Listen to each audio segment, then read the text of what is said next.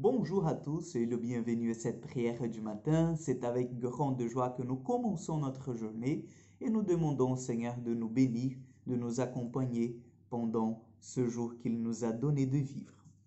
Au nom du Père, du Fils et du Saint-Esprit. Amen. Je vous salue Marie, pleine de grâce. Le Seigneur est avec vous. Vous êtes bénie entre toutes les femmes, et Jésus, le fruit de vos entrailles, est béni. Sainte Marie, Mère de Dieu, priez pour nous pauvres pécheurs, maintenant et à l'heure de notre mort. Amen.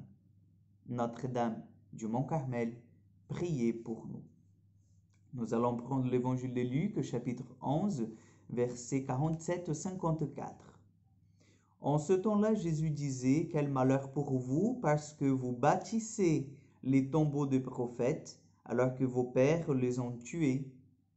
Ainsi vous témoignez que vous approuvez les actes de vos pères, puisque eux-mêmes ont tué les prophètes, et vous, vous bâtissez leurs tombeaux.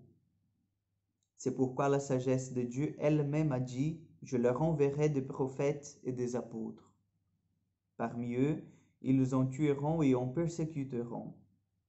Ainsi cette génération devra rendre compte du sang de tous les prophètes qui a été versé depuis la fondation du monde, depuis le sang d'Abel jusqu'au sang de Zacharie, qui a péri entre l'autel et le sanctuaire. Oui, je vous le déclare, on en demandera compte à cette génération. Quel malheur pour vous, docteurs de la loi, parce que vous avez enlevé la clé de la connaissance. Vous-même n'êtes pas entrés, et ceux qui voulaient entrer, vous les en avez empêchés. Quand Jésus fut sorti de la maison, les scribes et les pharisiens commencèrent à s'acharner contre lui et à le harceler de questions. Ils lui tendaient de pièges pour traquer la moindre de ses paroles. Acclamons la parole de Dieu. Oui, chers frères et sœurs, donc nous continuons encore dans ce chapitre, dans cette péricope qui s'appelle l'exhortation de Jésus aux pharisiens, aux docteurs de la loi. Et aujourd'hui, encore une fois, il se tourne vers les chefs du peuple pour leur dire, pour leur montrer leurs erreurs. Et nous venons déjà d'écouter cet évangile, ça fait 2 jours déjà, et nous disons, ben c'est bon, on a bien compris, on a bien saisi Jésus, tu as raison, on va se convertir. Et on dit cela, mais en réalité, ça n'arrive pas. Aujourd'hui, nous sommes invités vraiment à prendre cette conscience que sans la conversion du cœur, il est impossible au Seigneur de venir habiter en nous et de faire que cette présence puisse produire en nous du fruit. Et ça, c'est malheureux parce que lorsque nous nous déclarons chrétiens, le monde, il attend de nous un témoignage, une cohérence de vie.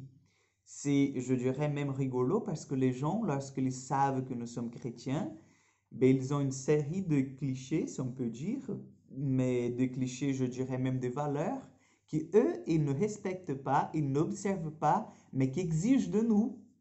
Je ne sais pas si vous avez déjà fait cette expérience de gens que lorsque vous dites que vous êtes chrétien dans votre groupe, eux, ils vous posent plein de questions en disant, mais vous vivez ça, vous vivez ça, vous vivez cela, vous vivez... Ah non, moi, c'est pas possible, j'aurais pas le courage de le faire. Voilà. Donc, les gens, ils attendent de nous une cohérence de vie.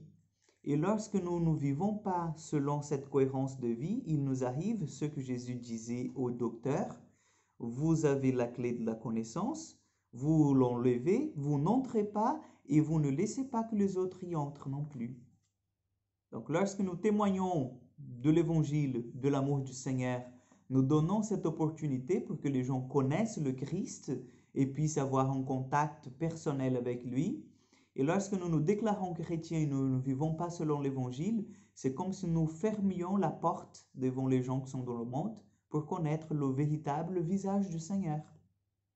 Donc c'est tout simplement cela que Jésus vient nous dire aujourd'hui. Et que nous avons vraiment une responsabilité dans ce monde, une mission, et nous ne pouvons pas vivre n'importe comment. Donc demandons au Seigneur qu'il nous donne sa force, sa grâce, parce que nous avons bien besoin de lui pour témoigner du Seigneur et pour ouvrir grand les portes du paradis à tous ceux qui veulent y entrer mais ne savent pas comment. Le Seigneur soit avec vous. Que Dieu Tout-Puissant vous bénisse et vous garde, le Père, le Fils et le Saint-Esprit. Amen. Que Dieu vous accompagne. Excellente journée et à demain pour encore une prière du matin.